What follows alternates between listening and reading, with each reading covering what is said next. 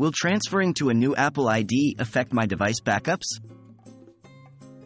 Hello there. Today, we'll be discussing a very important topic for all Apple users out there. Will transferring to a new Apple ID affect my device backups? Let's dive into the details and unravel this intriguing question. What is an Apple ID and what does it do? Firstly, it's important to understand what an Apple ID is. Your Apple ID is the account you use for all Apple services, including iTunes, iCloud, iMessage, and more. It contains all your personal settings, app data, and yes, it also manages your device backups. Changing your Apple ID can therefore impact these associated services. What happens to my iCloud backups when I switch Apple IDs? Your iCloud backups are tied to your Apple ID.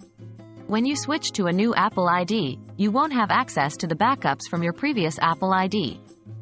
This means any information or data that was backed up under the old ID will not be accessible with the new one.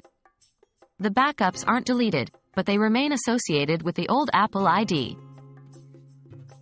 How can I ensure the safety of my data when switching Apple IDs? Before switching to a new Apple ID, it's crucial to back up your data locally or make sure you have access to your old Apple ID to retrieve these backups. One way to do this is by using iTunes or Finder on your Mac to create a local backup of your device.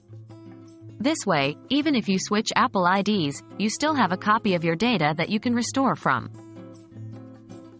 To wrap it up, changing your Apple ID does indeed affect your device backups. Remember, your iCloud backups are tied to your Apple ID and won't be accessible once you switch. So always ensure the safety of your data before making such changes. Hopefully, this video has provided some insight into the implications of changing your Apple ID. Keep your data safe and happy tech journey to all.